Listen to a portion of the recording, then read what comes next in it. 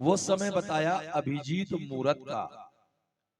और एक मुहूर्त 1.5 घंटे का होता है। लेकिन आजकल हम घड़ी के हिसाब से चलते हैं, तो किसी ने कह दिया भैया दोपहर का होता है यानी 12 बजे का। लेकिन अभिजीत मुहूर्त प्रतिदिन रहता है। और एक विशेष रहस्य की बात आपको बता दूं कि यह अभिजीत मुहूर्त प्रतिदिन 12 बजे से प्रारंभ हो जाता है।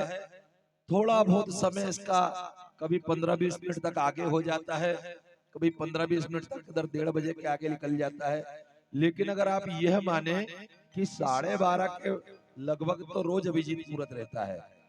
ये बिना ही मुहूर्त का मुहूर्त है। कोई भी कार्य आपको करना हो और यदि आपको उस समय कोई मार्गदर्शन वाले नहीं मिलते, तो इस अभिजीत मुहूर्त में आप कर्म प्रारंभ कर सकते हैं। बिल्कुल मध्याह्न नहीं, 12 के थोड़ा आगे निकल कर। तो ये अभिजीत मुहूर्त, जिस मुहूर्त में भगवान श्री रामचंद्र जी इस संसार में भगवती पृथ्वी देवी का भार हरण करने के लिए आए। अब हम थोड़ा सा कथा में भी प्रवेश कर ले। क्यों?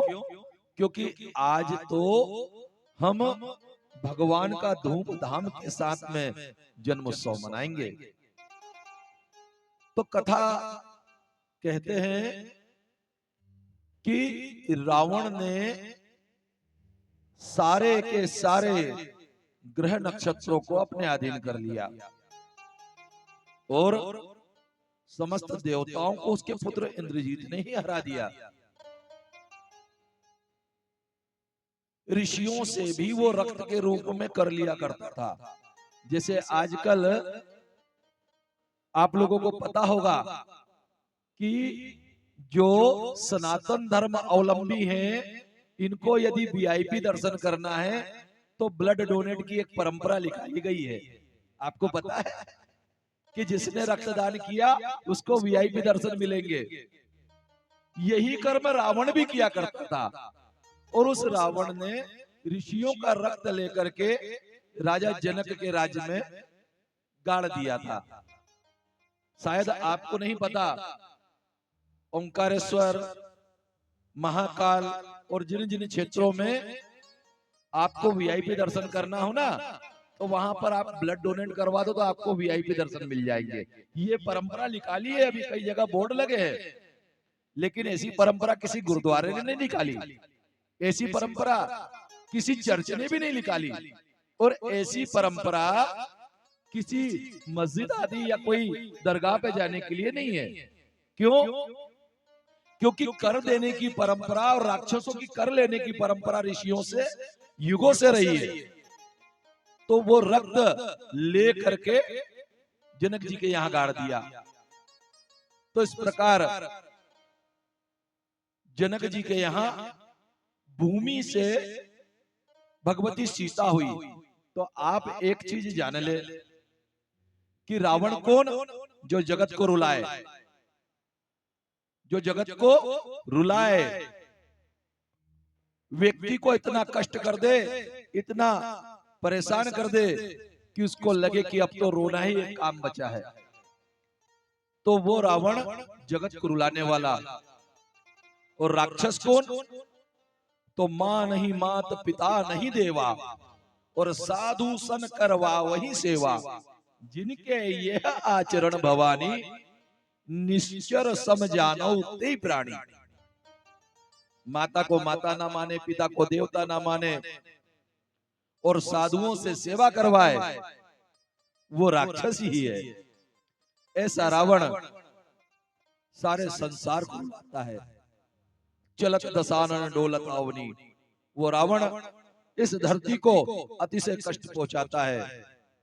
तब ये धरती माता गाय का रूप लेकर के पहुंचती है। मैंने एक दिन पहले भी आपसे कहा था कि जब भगवान के पास में किसी भक्त की नहीं चलती, तब पृथ्वी गौ का रूप लेकर के जाती है। और गाय की एक विशेषता यह है कि गौ माता साक्षात माता ही है। जो जो गुण पृथ्वी में है वो सारे गुण गौ माता में है। और गाय का यश हमारे ग्रंथों ने गाया है, लेकिन हमारे सनातन धर्म की विशेषता यह है कि जिसको मां कह दिया जाता है उसका सम्मान खत्म कर दिया जाता है। जिसको मां कहते हैं ना, फिर उसका सम्मान नहीं रहता। हमारे यहाँ गाय को माँ कहते हैं, उसका सम्मान नहीं बचा। हमारे यहाँ नदियों को माँ कहते हैं, उनका सम्मान नहीं बचा। हमारे यहाँ पर जिन जिन के पीछे माँ शब्द लगा दिया उसकी पूजा तो कर देते हैं, लेकिन सम्मान नहीं रहता। तो यदि हम माँ ना भी कहें और सम्मान करें तो वो पूजा के बराबर है।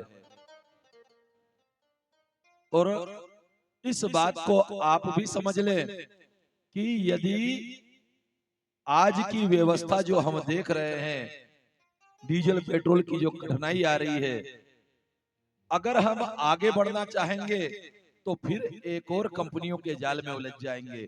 तो क्या हम 2 कदम पीछे रुककर साइकिलों से व्यवस्था नहीं बना सकते कुछ रोज के लिए? कोई हमेशा का युद्ध थोड़ी होगा। लेकिन लोग इतने उतावले हैं कि इनको चश्मा चढ़ा दिया विकास का तो ये इलेक्ट्रिक वाहन लेने चले जाएंगे, जबकि वो बम के समान है। उसमें लिथियम की बैटरी बनती है। आपके घर में लगा हुआ मीटर भी साधारण नहीं है, वो एक बम है। कौन सा? स्मार्ट वाला। लेकिन लोग विकास के ऊपर ऐसे चढ़े हैं कि अच्छे दिन लाके नहीं छोड़ेंगे अपने खुद के। आपको इस बात को जान लेना है कि 2 कदम पीछे रुक जाएं। अगर हम 2 कदम पीछे रुक जाएंगे तो कम से कम हम अपने आप को बचा तो पाएंगे, हम अपने आप को समझ तो पाएंगे, अपने परिवार की रक्षा तो कर पाएंगे। तो इस चीज का भी हमें ध्यान रखना है। गाय पहुंची और पहुंच करके भगवान की विनती करती है। कई प्रकार से उनकी विनती होती है। तब भगवान श्री राम कहते हैं कि मैं अंशों के सहित पृथ्वी पर आऊंगा। सीता जी जमीन से निकली, अर्थात जो संस्कृति होती है ना वो भूमि की होती है। हमारे भारत की संस्कृति, वो संस्कृति सीता भूमि से निकली। लेकिन रामचंद्र जी का जो जन्म हुआ उसके लिए दशरथ जी ने अपने गुरु से पूछ करके पुत्र कामेष्टि यज्ञ करा। और पुत्र कामेष्टि यज्ञ में जब यज्ञ हुआ तो उसके चरु से जो हव्य पकाया गया वो दोनों बड़ी रानियों को दिया गया। और दोनों रानियों ने अपने अपने भाग का एक अंश सुमित्रा जी को दिया, अर्थात आधा करा गया। और दोनों बड़ी रानियों ने आधा आधा करके अपनी छोटी बहन को सुमित्रा जी को दे दिया, कैकेयी जी ने और कौशल्या मैया ने। तो सुमित्रा जी के 2 बालक हुए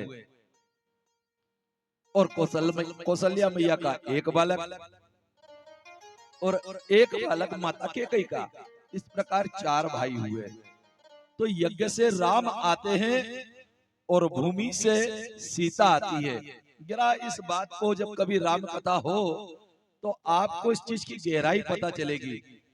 जो लोग राम कथा श्रवण करते हैं या राम कथा जिन्होंने सुनी है तो उन्हें पता है कि किस प्रकार से समन्वय बैठता है।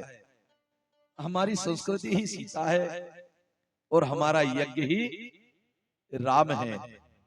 इस बारे में पंडित श्रीराम शर्मा आचार्य ने कहा है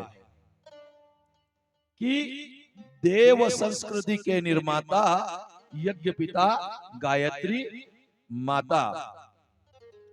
तो जब यज्ञ से भगवान के लिए संपूर्ण लोकों की कामना की गई तब माता कौशल्या के गर्भ से प्रभु श्री राम का प्राकट्य होना, समय तिथि वार ये सब मंगल हो गया। दोपहर का मधुमास का महीना कहते हैं। चैत्र के महीने को कौन सा महीना कहते हैं? मधुमास। क्यों? क्योंकि इन दिनों जगह जगह छोटे छोटे फूल आ जाते हैं झाड़ों में, और सारे झाड़ों के पत्ते नौ पल्लव हो जाते हैं, नए नए पत्ते आ जाते हैं। जगह जगह आप देखो नीम में तक फूल आ जाता है। तो ये मधुमास कहलाता है। मधु का मतलब होता है अमृत तत्व, और ये वृक्षों में अमृत तत्व जागृत हो जाता है। तब वो समय, नवमी की तिथि, मध्याह्न का दिवस, और सब तिथि वार ग्रह नक्षत्र अनुकूल हुए, तब जाकर के भगवान श्री राम ने इस संसार में लोगों के दुख दूर करने के लिए अपना अवतार